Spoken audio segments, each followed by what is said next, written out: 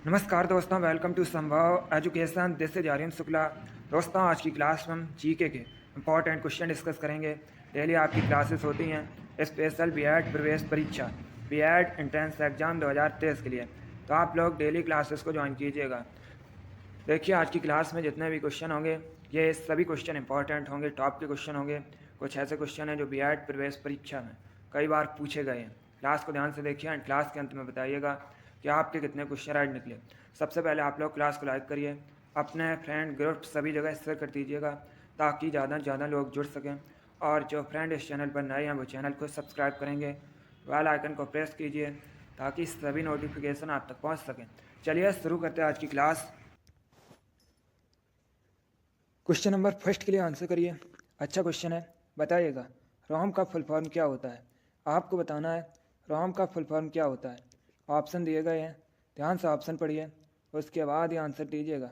आपको बताना है रोम का फुल फॉर्म क्या होता है। वेरी गुड, बहुत अच्छे। इसका right answer option number C होगा, read only memory. Yes, option number C correct answer है दोस्तों। रोम का फुल फॉर्म होता है रीड ओनली मेमोरी। तो आपका correct answer option number C होगा। अब आपसे एग्जाम में एक क्वेश्चन और पूछा जा सकता है कि रैम का फुल फॉर्म क्या होता है। तो दोस्तों, रैम का फुल फॉर्म होता है रैंडम एक्सेस मेमोरी। दोनों अलग अलग क्वेश्चन हैं, दोनों इंपॉर्टेंट हैं। ये तो क्वेश्चन है, एग्जाम में पूछा हुआ क्वेश्चन है कि रैम का फुल फॉर्म क्या होता है। तो याद रखिएगा रैंडम एक्सेस मेमोरी। और अगर आपसे पूछा जाए रोम का फुल फॉर्म क्या होता है, तो रोम का फुल फॉर्म होता है रीड ओनली मेमोरी। चलिए, क्वेश्चन नंबर फर्स्ट का option number C correct answer होगा। आगे बढ़ते हैं, क्वेश्चन नंबर 2 के लिए आंसर करिए। आपको बताना है निम्न में से कौन टेनिस प्लेयर नहीं है। ये 4 ऑप्शन दिए गए हैं, A Sania Mirza, B Serena Williams, C Maria Sharapova या डी पीवी सिंधु। बताइएगा इनमें से कौन टेनिस खिलाड़ी नहीं है। इसका राइट आंसर क्या होगा, आंसर सभी लोग दीजिए। Correct answer option number D होगा, PV Sindhu. Yes, option number D correct answer है, क्योंकि दोस्तों पीवी सिंधु ये बैडमिंटन की प्लेयर हैं और भारत की हैं। तो option number D correct answer होगा। बाकी सानिया मिर्जा टेनिस प्लेयर हैं, भारत की हैं। सेरेना विलियम्स ये भी दोस्तों टेनिस प्लेयर हैं और ये यूएसए की हैं। मारिया सारापोवा ये रसिया की टेनिस प्लेयर हैं। चलिए, क्वेश्चन नंबर 2 का option number D correct answer होगा। आगे बढ़ते हैं, क्वेश्चन नंबर 3 के लिए आंसर करिए। बताइएगा हॉकी का जादूगर किसे कहा जाता है। यह भी इंपॉर्टेंट क्वेश्चन है, एग्जाम में पूछा हुआ क्वेश्चन है। आपको बताना है हॉकी का जादूगर किसे कहा जाता है। ए मनप्रीत सिंह को, बी मेजर ध्यानचंद को, सी धनराज पिल्ले को या डी नन ऑफ दीज इनमें से कोई नहीं। बताइएगा हॉकी का जादूगर किसे कहा जाता है। Correct answer option number B होगा, मेजर ध्यानचंद को। Yes, option number B correct answer है। भारत में हॉकी का जादूगर मेजर ध्यानचंद को कहा जाता है। तो option number B correct answer होगा। आगे बढ़ते हैं, क्वेश्चन नंबर 4 के लिए आंसर करिए। बताइएगा इंद्रावती राष्ट्रीय उद्यान कहाँ पर है। आपको बताना है इंद्रावती नेशनल पार्क ये कहाँ पर है। ए असम में, बी छत्तीसगढ़ में, सी राजस्थान में या डी उत्तराखंड में। इसका राइट आंसर होगा ऑप्शन नंबर बी, छत्तीसगढ़ में। Yes, option number B correct answer है, छत्तीसगढ़ में इंद्रावती राष्ट्रीय उद्यान, इंद्रावती नेशनल पार्क स्थित है। तो option number B correct answer होगा। आगे बढ़ते हैं, क्वेश्चन नंबर 5 के लिए आंसर करिए। क्वेश्चन है फ्लोराइड प्रदूषण, फ्लोराइड पॉल्यूशन, इससे मुख्यतः क्या प्रभावित होता है। बताइएगा फ्लोराइड पॉल्यूशन से मुख्यतः क्या प्रभावित होता है। ए दांत, बी ब्रेन, सी किडनी या डी हार्ट। इसका राइट आंसर होगा ऑप्शन नंबर ए, दांत। Yes, option number A correct answer है दोस्तों। फ्लोराइड पॉल्यूशन से मुख्यतः दांत प्रभावित होते हैं। तो option number A correct answer होगा। आगे बढ़ते हैं, क्वेश्चन नंबर 6 के लिए आंसर करिए। अच्छा क्वेश्चन है, बताइएगा बुल फाइटिंग किस देश का राष्ट्रीय खेल है। आपको बताना है बुल फाइटिंग किस देश का नेशनल स्पोर्ट है। Option number A Canada, option number B Spain, option number C Britain या ऑप्शन नंबर डी चाइना। बताइएगा बुल फाइटिंग कहाँ का राष्ट्रीय खेल है। गुड, बहुत अच्छे। इसका right answer option number B होगा, स्पेन का। Yes, option number B correct answer है। बुल फाइटिंग स्पेन का राष्ट्रीय खेल है। तो option number B correct answer होगा। आगे बढ़ते हैं, क्वेश्चन नंबर 7 के लिए आंसर करिएगा। यह क्वेश्चन आपके एग्जाम में पूछा हुआ क्वेश्चन है, इसी प्रकार से पूछा गया था। आपको बताना है तारा पर परमाणु विद्युत ग्रह यह कहाँ पर स्थित है, बताइएगा। तारा पर परमाणु विद्युत ग्रह कहाँ स्थित है? ऑप्शन को ध्यान से पढ़ लीजिए और उसके बाद ये आंसर दीजिए। जल्दबाजी में आंसर मत दीजिएगा। जिसने अभी क्लास को लाइक नहीं किया एक बार लाइक करिए, अपने फ्रेंड ग्रुप सभी जगह शेयर कर दीजिएगा ताकि ज़्यादा से ज़्यादा लोग जुड़ सकें। और जो फ्रेंड इस चैनल पर नए हैं वो चैनल को सब्सक्राइब करेंगे, बेल आइकन को प्रेस कीजिए ताकि सभी नोटिफिकेशन आप तक पहुंच सकें। अभी आंसर करिए क्वेश्चन नंबर 7 के लिए। क्वेश्चन है तारा पर परमाणु विद्युत ग्रह कहाँ स्थित है? इसका right answer option number C होगा, महाराष्ट्र में। Yes, option number C correct answer है, महाराष्ट्र में तारा पर परमाणु विद्युत ग्रह स्थित है। तो option number C correct answer होगा। अगला क्वेश्चन देखते हैं। क्वेश्चन नंबर 8 के लिए आंसर करिए, बताइएगा। निम्न में से कौन सा मंदिर मदुरई में स्थित है? बताइएगा इनमें से कौन सा मंदिर मदुरई में स्थित है? ए रामेश्वरम मंदिर, बी कामाख्या देवी मंदिर, सी मीनाक्षी मंदिर या डी जगन्नाथ मंदिर। आपको बताना है कौन सा मंदिर मदुरई में स्थित है। इसका राइट आंसर होगा ऑप्शन नंबर सी मीनाक्षी मंदिर। Yes, option number C correct answer है दोस्तों, मीनाक्षी मंदिर। ये तमिलनाडु के मदुरई में स्थित है। तो option number C correct answer होगा।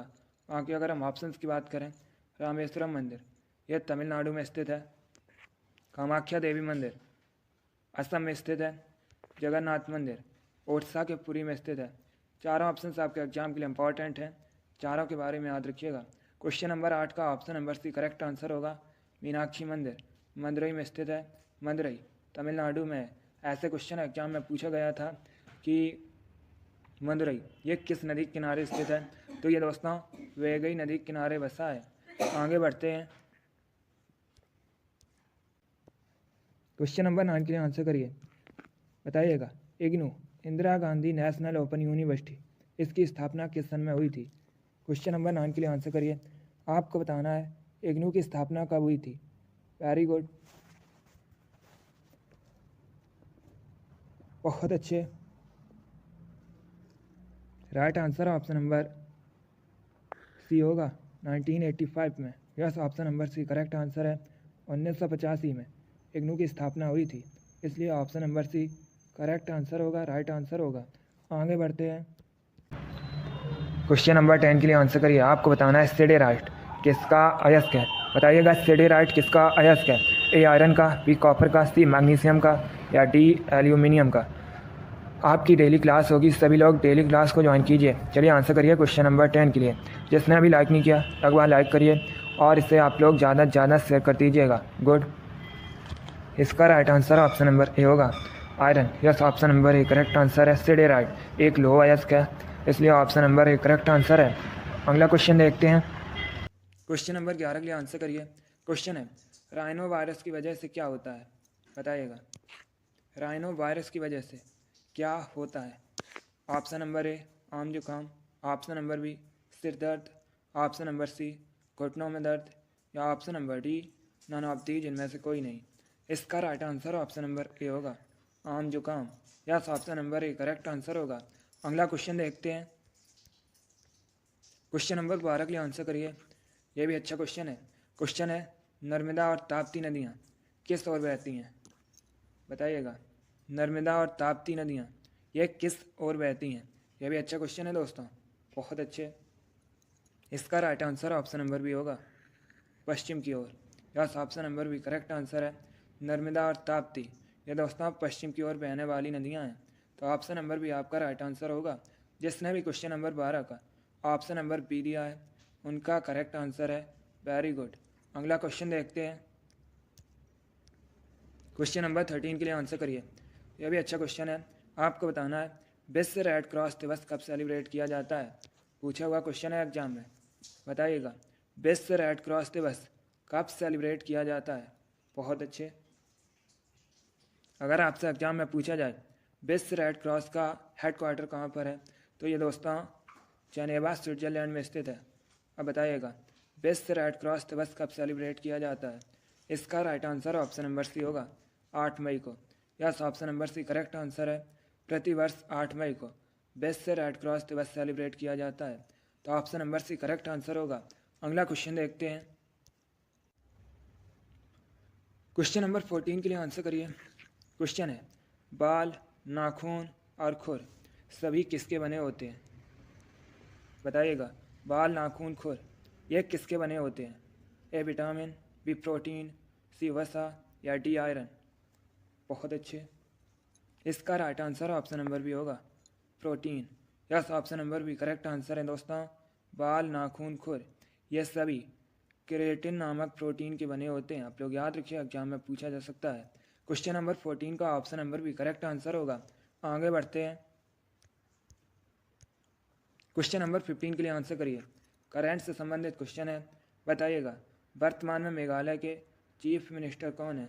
आपको बताना है अभी मेघालय के मुख्यमंत्री कौन है। Option number A Conrad Sangma, option number B Uddhav Thackeray, option number C Yogi Adityanath या option number D Shivraj Singh Chouhan? बताइएगा, अभी मेघालय के मुख्यमंत्री कौन है, सीएम कौन है? इसका right answer option number A होगा, Conrad Sangma. Yes, option number A correct answer है, कॉनराड संगमा। ये दोस्तों अभी मेघालय के मुख्यमंत्री हैं। तो option number A correct answer होगा। योगी आदित्यनाथ उत्तर प्रदेश के मुख्यमंत्री हैं अभी, शिवराज सिंह चौहान मध्य प्रदेश के अभी मुख्यमंत्री हैं। आगे बढ़ते हैं। क्वेश्चन नंबर 16 के लिए आंसर करिए। क्वेश्चन है, विश्व इतिहास की झलक पुस्तक के लेखक कौन है? बताइएगा, विश्व इतिहास की झलक पुस्तक के लेखक कौन है? A Bal Gangadhar Tilak, B Jawaharlal Nehru, C Motilal Nehru या डी हरवंश राय बच्चन? इसका right answer option number B होगा, Jawaharlal Nehru. Yes, option number B correct answer है दोस्तों। विश्व इतिहास की झलक पुस्तक के लेखक जवाहरलाल नेहरू हैं। तो option number B correct answer होगा, जवाहरलाल नेहरू भारत के पहले प्राइम मिनिस्टर हैं। एक क्वेश्चन और एग्जाम में पूछ लेते हैं कि डिस्कवरी ऑफ इंडिया पुस्तक के लेखक कौन है? तो याद रखिएगा, ये भी पुस्तक जवाहरलाल नेहरू ने लिखी है। आगे बढ़ते हैं। क्वेश्चन नंबर 17 के लिए आंसर करिए। बताइएगा, मानव शरीर का सबसे कठोर हिस्सा क्या है? आपको बताना है मानव शरीर में सबसे कठोर हिस्सा कौन सा होता है। ये भी अच्छा क्वेश्चन है। इसका right answer option number B होगा, enamel. Yes, option number B correct answer है दोस्तों, एनेमल। ये मानव शरीर का सबसे कठोर हिस्सा है और ये दोस्तों दांत में होता है। चलिए, जिसने भी क्वेश्चन नंबर 17 का ऑप्शन नंबर बी दिया है उनका राइट आंसर है। वेरी गुड, बहुत अच्छे दोस्तों। आगे बढ़ते हैं। क्वेश्चन नंबर 18 के लिए आंसर करिए। बताइएगा, एशियन विकास बैंक इसका हेडक्वार्टर कहाँ पर है? एशिया विकास बैंक का हेडक्वार्टर बताइएगा कहाँ पर है। ए पेरिस, बी वाशिंगटन डीसी, सी काठमांडू या डी मेट्रो मनीला? आपको बताना है एशिया विकास बैंक का हेडक्वार्टर कहाँ पर है। एग्जाम में क्वेश्चन पूछ लेते हैं कि एशिया विकास बैंक की स्थापना कब हुई थी। तो याद रखिएगा 1966 में, 1966 में। अब बताइएगा इसका हेडक्वार्टर कहाँ पर है। Correct answer option number D होगा, metro Manila Philippines. Yes, option number D correct answer होगा। आगे बढ़ते हैं। क्वेश्चन नंबर 19 के लिए आंसर करिए। आपको बताना है मैटूर बांध किस नदी पर स्थित है। बताइएगा, मैटूर बांध किस नदी पर स्थित है। ए गोदावरी, बी कावेरी, सी कृष्णा या डी गंगा? मैटूर डैम किस नदी पर स्थित है?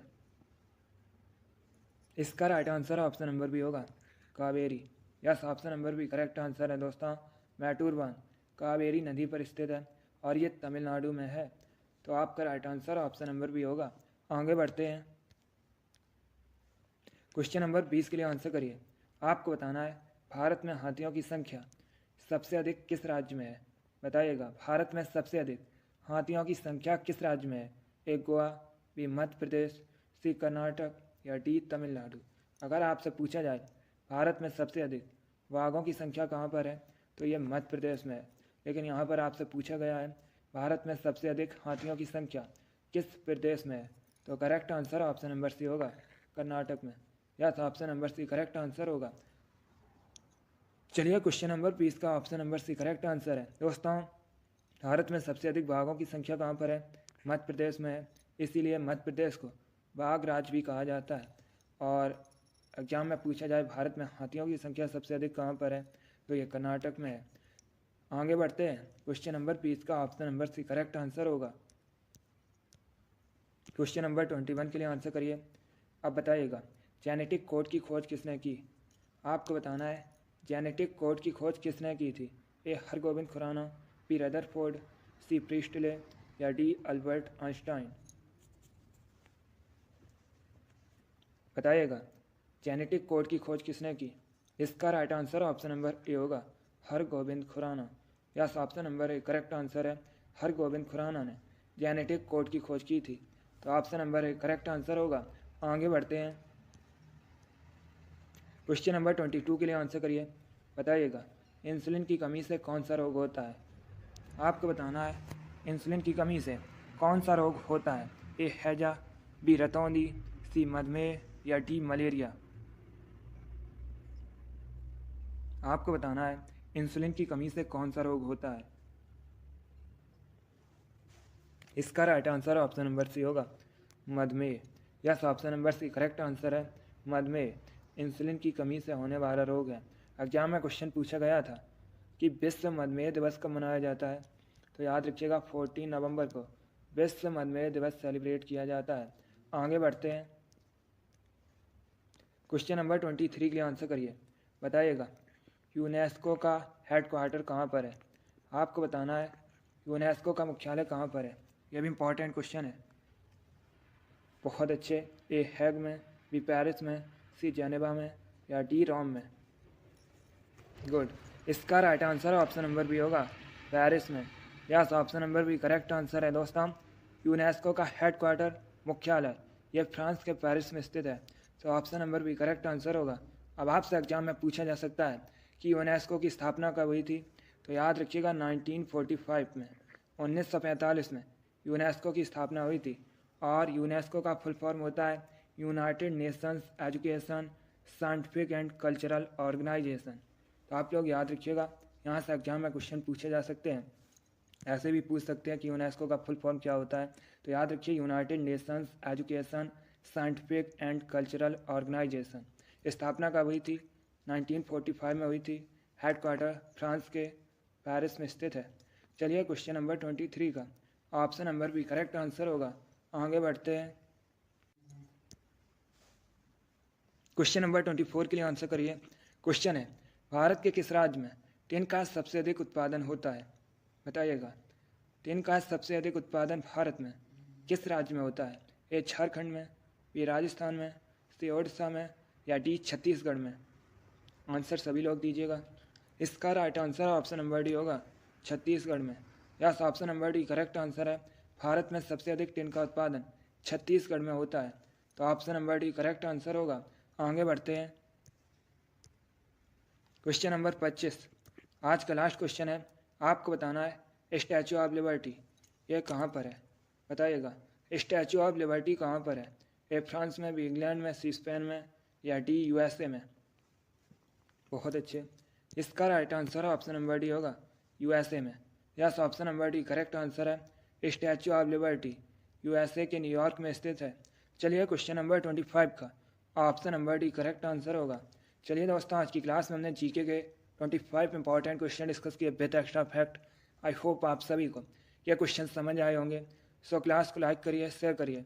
चैनल पर नए हैं तो चैनल को सब्सक्राइब कीजिए, वाल आइकन को प्रेस कीजिए ताकि सभी नोटिफिकेशन आप तक पहुंच सकें। आप लोग स्कोर जरूर बताइए कि आपके 25 में से कितने क्वेश्चन राइट निकले। चलिए इसी के साथ मैं आपको मिलूंगा अगली क्लास में। Thank you guys, thank you for watching. God bless you all.